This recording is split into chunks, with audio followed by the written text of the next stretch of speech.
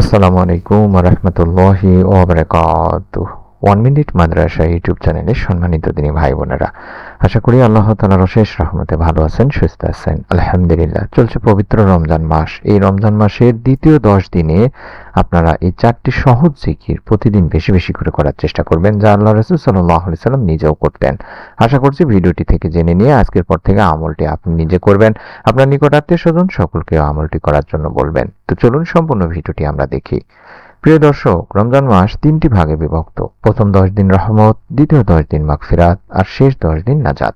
আজকের ভিডিওটিতে আমরা এটিই জানবো যে রমজানের দ্বিতীয় 10 দিনে এমন 4টি জিকির যেগুলো আল্লাহ রাসূল সাল্লাল্লাহু আলাইহি ওয়াসাল্লাম বেশি বেশি পড়তে উৎসাহিত করেছেন। এই জিকিরগুলো যদি আমরা নিয়মিত পড়তে পারি তাহলে আল্লাহ তাআলা আমাদের গুনাহ মাফ করতে পারেন এবং দোয়া কবুল করতে পারেন।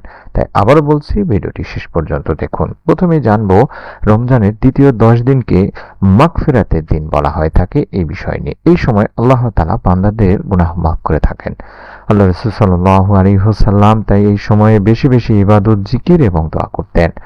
অনেক মানুষ মনে করেন রোজা শুধু রাখলেই হবে, কিন্তু না, রমজানের আসলে উদ্দেশ্যই হলো নিজেকে পরিবর্তন করা।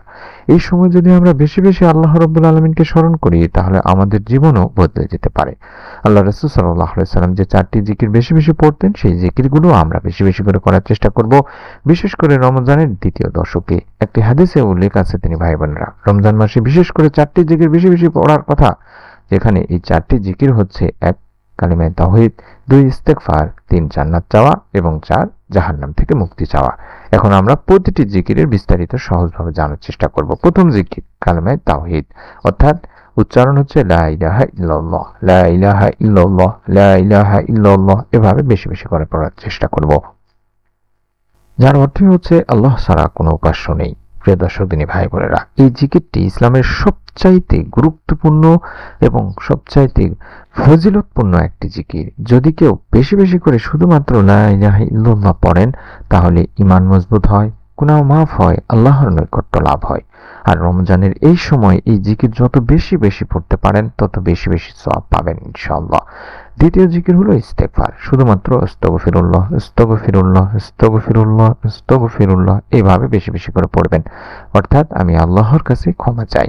প্রিয় ভাই বোনেরা, রমজানের দ্বিতীয় 10 দিন মূলত মাগফিরাতের সময়। এই সময় যদি কেউ আন্তরিকভাবে আস্তাগফিরুল্লাহ, আস্তাগফিরুল্লাহ পড়েন তাহলে আল্লাহ রাব্বুল আলামিন তার গুনাহ মাফ করতে পারেন।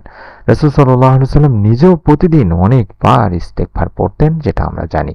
তৃতীয় জিকির হলো জান্নাত চাওয়ার দোয়া, অর্থাৎ আল্লাহুম্মা ইন্নী আসআলুকাল জান্নাহ, আল্লাহুম্মা ইন্নী আসআলুকাল জান্নাহ, আল্লাহুম্মা ইন্নী আসআলুকাল জান্নাহ, আল্লাহুম্মা ইন্নী আসআলুকাল জান্নাহ। এভাবে বেশি বেশি করে পড়া, অর্থাৎ হে আল্লাহ, আমি আপনার কাছে জান্নাত চাই।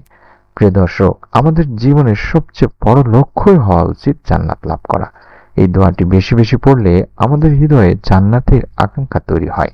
আর রমজানের এই সময় পড়া খুবই গুরুত্বপূর্ণ। এবং শেষে জাহান্নাম থেকে বাঁচার দোয়াটি পড়ব, অর্থাৎ আল্লাহুম্মা আজিরনি মিনান নার, আল্লাহুম্মা আজিরনি মিনান নার, আল্লাহুম্মা আজিরনি মিনান নার, আল্লাহুম্মা আজিরনি মিনান নার। এভাবে বেশি বেশি করে পড়ব। যখনই সময় পাবেন তখনই বেশি বেশি করে এই 4টি জিকির পড়বেন, অর্থাৎ হে আল্লাহ, আমাকে জাহান্নাম থেকে রক্ষা করুন। প্রিয় দিনী ভাই বোনেরা, জাহান্নাম থেকে বাঁচা প্রত্যেক মুসলমানের সবচাইতে বড় লক্ষ্য হওয়া উচিত।